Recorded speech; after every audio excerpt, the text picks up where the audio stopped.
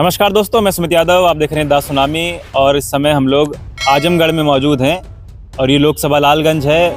हम लोग तस्वीरें आप लोगों को चुनाव की दिखा रहे हैं कि क्या माहौल चुनाव का है, क्या लोग समझ रहे हैं 10 साल मोदी जी का कार्यकाल, क्या क्या मुद्दे इस बार के चुनाव में रहेंगे, तमाम मुद्दों पर हम लोग बातचीत कर रहे हैं।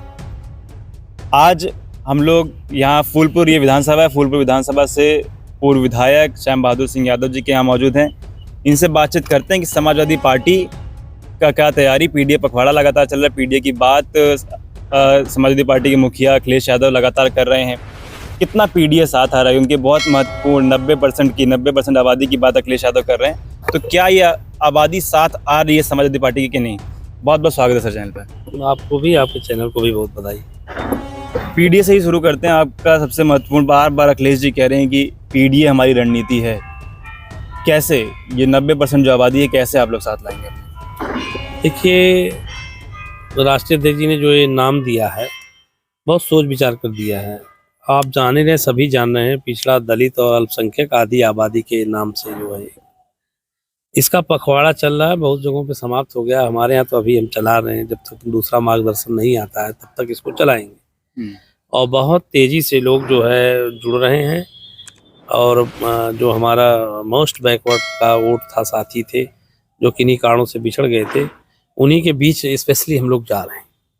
तो वो बहुत अच्छे से संपर्क हो रहा है, बहुत अच्छे से बिहेव कर रहे हैं। और लगता है इस बार जो है बड़ा परिवर्तन होने वाला है देश में। जब जब बड़ा परिवर्तन हुआ है तो एक साइलेंट वॉइस बन जाती है, कोई कुछ बोलता नहीं, जो क्या कहते हैं उसे, आवाज़ बंदी जो है वही आवाज़ बन जाती है। तो जो आवाज़ बंद करने का तरीका है माननीय मोदी जी का, माननीय योगी जी का, वो जैसे फिलॉसफी में कहा गया कि प्रतिबंध ही आवेदन होता है। तो जितना प्रतिबंधित करेंगे जनता को, नेताओं को, संविधान को, जितना भी वो प्रतिबंधित करेंगे उतना ही वो निखर करके सामने आने का। अच्छा, पीडीए में डी फॉर दलित है। दलित बहुत महत्वपूर्ण माना जा रहा है। मायावती से गठबंधन नहीं हुआ, मायावती अकेले चुनाव लड़ना चाहती हैं। उत्तर प्रदेश की या कहें देश की दलितों की सबसे बड़ी नेता मानी जाती हैं। कैसे डी कैसे साथ आएगा? ये लोग ये भी मानते हैं, जो राजनीतिक जानकार हैं, कि 22 में जो मायावती का वोट कम हुआ वो भाजपा में गया, तो सपा में कैसे आएगा वो? देखिए, अभी करंट जो चुनाव हुआ आपका घोसी में, उसमें करीब 65-70% दलित ने हमको वोट किया और मन से किया, कोई वो नहीं था। तमाम सरकार के सरकारी तंत्र और तमाम प्रलोभन थे, लेकिन वो वोट किया और हमारी बड़ी जीत हुई। बहन जी का स्वास्थ्य थोड़ा 19 रहने के नाते, उनकी सक्रियता कम होने के नाते, संगठन पे उनकी पकड़ कम होने के नाते, उनके जो मतलब विशेष नेता थे, नसीमुद्दीन सिद्दीकी, रामअचल राजभर, लालजी वर्मा, त्रिभुवन दत्त, इस तरह के दर्जनों नाम हैं जिन लोगों ने समाजवादी पार्टी ज्वाइन कर लिया और लोग समाजवादी पार्टी में काम कर रहे हैं, पदों पर हैं, महासचिव हैं, एमएलए हैं। तो उसका भी प्रभाव समाज के अंदर जा रहा है। अब उनके पास ले दे करके पुराने नेताओं में एक जो है सतीश मिश्रा जी रह गए हैं। दूसरी बात यह है कि उनका जो कांशीराम जी का जो मिशन था, जिसके आधार पर उनको 4 बार इतने बड़े स्टेट का मुख्यमंत्री बनने का अवसर मिला, उस मिशन से हट करके उनका दल काम करने लगा। और अगर मैं गलत नहीं हूं तो 19 में अगर हमारे राष्ट्रीय अध्यक्ष जी ने उनको बड़ा मानकर बराबर पर गठबंधन नहीं किया होता और हमारे लोगों ने मतलब झूम कर वोट नहीं दिया होता, तो 0 से 10 सांसद पर वो नहीं जा सकती थी। क्योंकि 22 में फिर चुनाव हुआ तो उनका कोई एक भी एमएलए नहीं जीता। एक एमएलए हम लोगों के साथ भी रहे हैं, उमाशंकर जी रसड़ा के, तो वो अपनी क्षमता पे, अपने अकेली ताकत पर जीते हैं।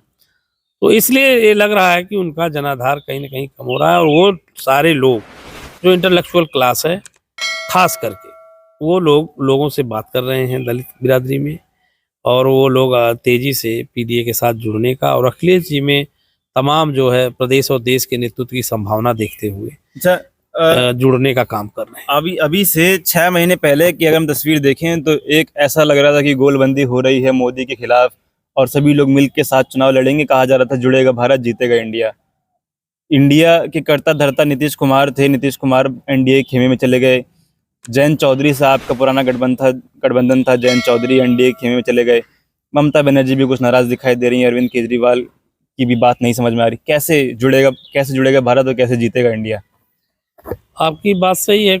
मतलब भारत भी जुड़ रहा था और इंडिया भी बना था, अच्छा परिणाम भी आना था, और अभी भी हम लोगों को पूरी उम्मीद है कि अच्छा परिणाम आएगा। लेकिन मुश्किल एक ये हो गई कि भारतीय जनता पार्टी अपनी निश्चित हार को देखते हुए, मैं अभी भी आपसे कह सकता हूं कि 200 भी भारतीय जनता पार्टी उसका गठबंधन नहीं पहुंच रहा है इस वक्त जब हमारी आपकी बात हो रही है। मोदी जी कह रहे 400 पार एनडीए करेगा। मोदी जी इसलिए कह रहे हैं कि मुझे कहने में गुरेज नहीं है कि आपके छत्तीसगढ़ में चुनाव हुआ अभी हाल ही में, वहाँ निर्वाचन आयोग ने फर्स्ट डे यानी पोलिंग के दिन कहा कि 62.8% वोट पोल हुआ है। अगले 24 घंटे के बाद कहा कि 66.8% पोल हुआ है। फिर अगले 24 घंटे के बाद कहा 76.8% पोल हुआ है। तो इस तरह से जब पोलिंग 12-12, 14-14% बढ़ जाएगी पोल होने के बाद, तो कहीं ना कहीं शंका उत्पन्न होती है। और ये कहने में मुझे कोई गुरेज नहीं है कि जिस तानाशाही से मोदी जी अपने आप को स्थिर करना चाहते हैं, ये भारतीय जनमानस जाग चुका है। अब वो तानाशाही उन्होंने मुगलों की नहीं सही, अंग्रेजों की नहीं सही, और तानाशाही इनकी भी नहीं रहेगी। तो वो घबराहट में इस तरह के काम कर रहे हैं। एक दुनिया का, अपने को दुनिया का सबसे बड़ा संगठन, सबसे बड़ा दल कहने वाले दल के प्रधानमंत्री नीतीश को तोड़ रहे हैं। नीतीश जी को कैसे बरगलाए, क्या उनकी कमी पकड़े, क्या उनकी नब्ज दबाए, हम नहीं जानते, लेकिन उनको तोड़ा। और बिना सिर पैर के विधानसभा में बहुमत भी सिद्ध हो गया। रातों रात FIR हो गई अपहरण की, और न जाने क्या क्या तमाशे हुए। अभी करंट है, कल की बात है। आप उसी तरह से शिबू सोरेन जी को, उनको हेमंत सोरेन जी को, तमाम इस तरह से जिस तरफ आप देखेंगे इस तरह की कार्रवाइयां करा करके, आप बताइए 1.5 साल से ऊपर हो गया मनीष सिसोदिया जी को, अभी आरोप पत्र भी दाखिल नहीं हो पाया। तो भाई बंद क्यों है? संजय सिंह समाजवादी पार्टी में काम करते थे, आपको नहीं मालूम होगा, हम लोग साथ काम करते थे। मैं जिला अध्यक्ष हुआ करता था यूजन सभा का, तो वो यूजन सभा के प्रदेश सचिव हुआ करते थे। पार्टी नहीं बनी, परिस्थितियां बनी, अपना उनको संभावना दिखी, वहां चले गए। भाई उनका भाग्य और उनकी क्षमता ने उनको देश में बड़ा नेता बनाया। उनकी क्या गलती है कि ये मोदी जी के खिलाफ पार्लियामेंट में बोलना, या अपने पार्टी के पक्ष में बोलना, या जनता के मन की बात कहना। मोदी जी तो अपने मन की बात कहते हैं, जनता के मन की सुनते नहीं। तो क्यों वो जेल में है? इस तरह से जब लोगों को जेल में डाला जा रहा है, तो तमाम लोग, तमाम दल के नेता जो संशय में है कि कब हमें उठाकर जेल में डाल दिया जाए। अच्छा, तो इस तानाशाही का जवाब जनता ही देगी। हम लोग जनता के बीच जा रहे हैं, सारी बातें बता रहे हैं। 50 किलो की यूरिया आती थी, पहले 45 हुई, अब 40 हो गई। दाम वही है, वेट 40 हो गया। गन्ने का दाम नहीं बढ़ा पाया। 7 साल यहाँ सरकार होगी, 10 साल वहाँ होगी। मोदी जी ने बहुत प्रखरता से कहा था कि 15 लाख रुपया हर के खाते में, 2 करोड़ नौकरियां हर साल। तो बताओ अब 10 साल में 20 करोड़ नौकरी होती है। आप बता सकते हैं, आप पत्रकार हैं, पूरा देश घूम रहे हैं। अच्छा, आपने भी किसानों का मुद्दा उठाया, DAP का, गन्ने का। अभी हाल ही में किसानों के लिए मसीहा, किसान नेता पूर्व प्रधानमंत्री चौधरी चरण सिंह और कृषि वैज्ञानिक स्वामीनाथन, जिन्होंने रिपोर्ट लागू करी, जिनकी रिपोर्ट अभी भी लागू करने की मांग की जाती है, उन दोनों को भारत रत्न से सम्मानित किया गया। उसके बाद किसान दिल्ली पहुंच गए। मैं तो किसान का बेटा हूँ और चौधरी साहब को बहुत अच्छे से पढ़ा है, बहुत उनको सुना है। तो मैं ये जानता हूँ, आपके लिए कहा था उन्होंने कि किसानों, जिस दिन मीडिया मेरे पक्ष में लिखने लगे तो जान लेना कि मैं अब तुम्हारा नहीं रहा। तो मैं उनकी इस बात से सहमत हूँ। और मीडिया अब सब मोदी जी के पक्ष में लिख रहा है, उनको सम्मान दिया गया।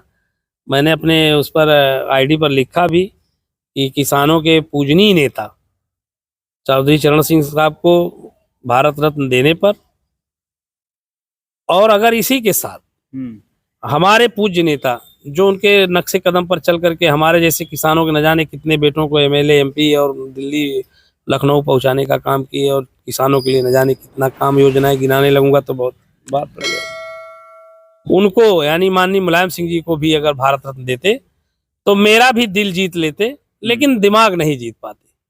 मैं अपने आईडी पर ये कोट करके लिखा था कि दिल जीत सकते हैं। हाँ। जयंत चौधरी जी का बयान आया था कि दिल जीत लिया, उसी पर मैंने जवाब देने की कोशिश की थी कि दिल तब जीत लेते जब नेताजी को भी देते, क्योंकि डिमांड होती रही है उतना जमीनी नेता चौधरी साहब के बाद और कोई देश के अंदर। दिल जीतने लेगा क्या मतलब है? दिल जीतने का मतलब कि नेताजी को सम्मानित करते तो दिल जीतते हमारा भी। उनका दिल पर जीता तो वो दिमाग तो नहीं जीत पाते। खेमे में चले गए वो एनडीए के। हाँ, तो वो दिमाग का इस्तेमाल नहीं किए, दिमाग का इस्तेमाल नहीं किए। दिमाग का इस्तेमाल नहीं किए। चौधरी साहब हमेशा कांग्रेस के उस समय राजपाट था, कांग्रेस से निकल करके दल बनाने का काम किए थे, हमेशा तानाशाही और सामंतवादी व्यवस्था के खिलाफ लड़ने का काम किए। तो फिर उन्हीं के गोद में जाने का कोई अभिप्राय नहीं था। तो मैंने इसीलिए कहा कि वो दिल जीत लेते, माननीय मुलायम सिंह जी को भी देते तो, लेकिन दिमाग नहीं जीत पाते, क्योंकि दिमाग मेरा पीडीए का है, दिमाग मेरा 85 का है। मैं 85 में पैदा हुआ हूँ, 85 में हक हिस्सा है, 85 की लड़ाई लड़ रहे हैं। इसी पर कांसीराम जी ने, इसी पर हमारे मनीषियों ने और इसी पर संविधान ने हमको अधिकार दिया है। इसी पर मेरी लड़ाई है, इसी पर मैं काम करता हूँ, इसलिए मैं आपसे ये बात कह रहा हूँ। तो बीजेपी इस चुनाव के लिए पूरी तरीके से तैयार है। बीजेपी बार बार ये बात कर रही है, जगह जगह गांव-गांव में सम्मेलन हो रहे हैं। राम मंदिर एक बहुत बड़ा एजेंडा बीजेपी ने चलाया, उसके बाद बिहार में नीतीश कुमार को तोड़ना, फिर कर्पूरी ठाकुर को भारत रत्न से सम्मानित करना, फिर चौधरी चरण सिंह को, एम.एस. स्वामीनाथन को, बीजेपी पूरा सभी लोगों को एक साथ लाने की कोशिश कर रही है। सवाल करना चाहता हूँ, देश के अंदर सनातन धर्म की व्याख्या होती है। सनातन धर्म में हमारे वेदों में जो हमारे शंकराचार्य हैं चारों, उन्हीं को सनातन धर्म का स्तंभ माना गया है। वो चारों शंकराचार्यों ने हमारे आगे आकर के ये कहने का काम किया कि जो प्राण प्रतिष्ठा हो रही है वो सनातन धर्म के हिसाब से नहीं हो रही है। अपूर्ण मंदिर में प्राण प्रतिष्ठा नहीं हो सकती। अभी कह रहे हैं कि बीजेपी का राम का एजेंडा जो था फेल हो गया है। नहीं, मैं ये नहीं कह रहा हूँ, राम का एजेंडा चलाना चाहते हैं, चल नहीं पाएगा, नहीं चल पाएगा। राम तो घट घट में है। मुझे एक शेर याद आ रहा कि साकी शराब पीने दे मस्जिद में बैठकर, या वो जगह बता दे जहां पर खुदा ना हो। जब घट घट में राम है, मैं आपसे कह रहा था, एक शिल्पकार जिसे आज यहाँ पर हमारे यहाँ पत्थरकट कहा जाता है, एससी बिरादरी का होता है, जाति आज भी उसकी एससी की है। किसी जमाने में उसके ऊपर एक शेर कहा था अल्लामा इकबाल साहब ने कि जब वो शिल्पी 6 महीने तक मूर्ति को बनाता है अपने छेनी हथौड़ी के प्रहार से, एक रूप देता है, तो उसमें प्राण प्रतिष्ठा करके पंडित जी जो है स्थापित कराते हैं।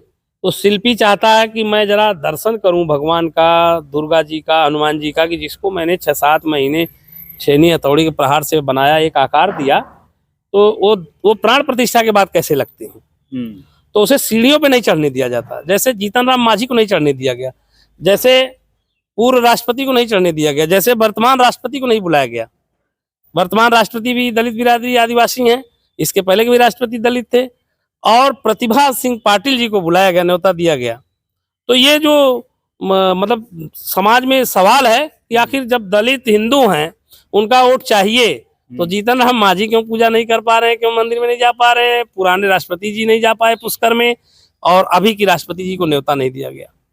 तो ये छल जो है हम लोग जनता के बीच जाकर के बताने का काम करें, और जनता अप्रिसिएशन कर रही कि नहीं आप सही कर रहे हैं। लेकिन खड़गे जी को तो न्योता दिया गया था, वो भी दलित हैं, लेकिन वो गए नहीं, इनकार कर दिया उन्होंने। खड़गे जी देश के जो पार्लियामेंट के स्तर पर बड़ी पार्टी है उसके राष्ट्रीय अध्यक्ष हैं, या जो सेकंड पार्टी है देश में उसके राष्ट्रीय अध्यक्ष हैं।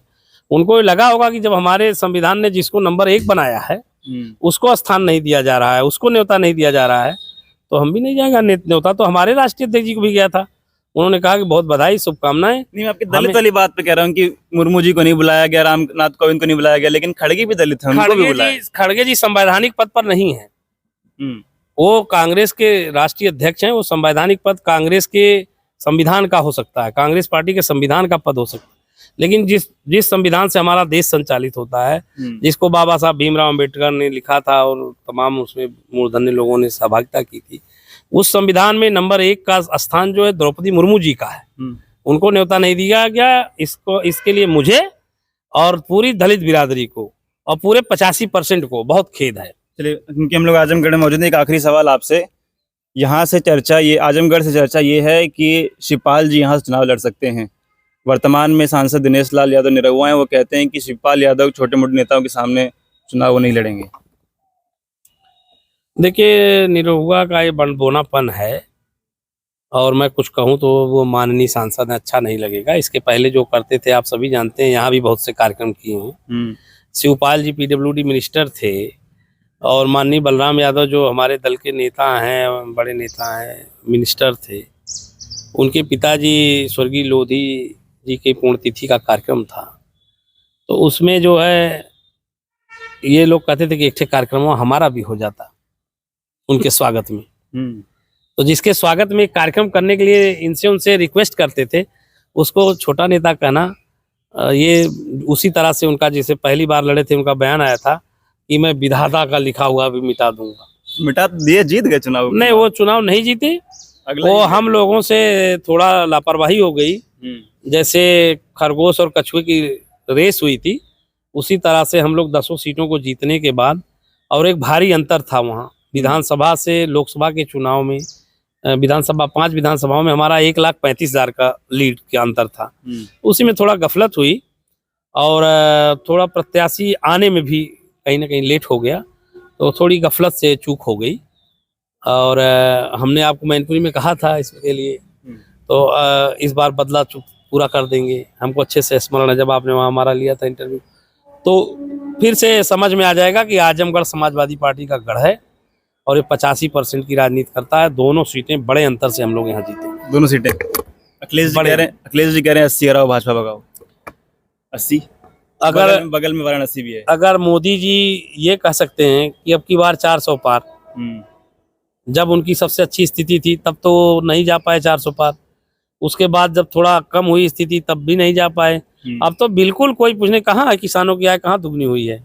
आप बता दो, आप घूम रहे कहीं किसान की आय दुगनी हुई, बताओ। जब 80 पार आप कहते हैं 80 हराओ भाजपा भगाओ, तो उसमें गोरखपुर जो योगी जी का गढ़ माना जाता है, और वाराणसी जो प्रधानमंत्री का संसदीय क्षेत्र है, आजमगढ़ से बहुत ज्यादा दूरी नहीं है दोनों की। दोनों सीटें आप हराएंगे। देखिए, हमारा टारगेट यही है कि हम 80 की 80 सीटें हराएंगे। हाँ। अब उसमें एक आध कोई बच जाएंगी तो बच जाएंगी। चलिए ठीक है, बहुत बहुत शुक्रिया। तो ये थे हमारे साथ समाजवादी पार्टी से पूर्व विधायक, फूलपुर से पूर्व विधायक श्याम बहादुर सिंह यादव जी। आपने सुना, आप लोग भी अपनी राय बताइएगा कि एक तरफ भारतीय जनता पार्टी अकेले 370 पार का नारा दे रही है, एनडीए के साथ 400 पार का नारा दे रही है, और अखिलेश जी उत्तर प्रदेश की पूरी जिम्मेदारी लिए हैं, कह रहे हैं कि 80 हराओ भाजपा भगाओ, क्योंकि उत्तर प्रदेश ही वो अहम रास्ता दिल्ली जाने का। आप लोग बताइएगा अपनी राय कमेंट बॉक्स में कि किसको कितनी सीट। आपसे मुलाकात अगली वीडियो में होगी। जुड़े रहे हमारे साथ, तब तक के नमस्कार।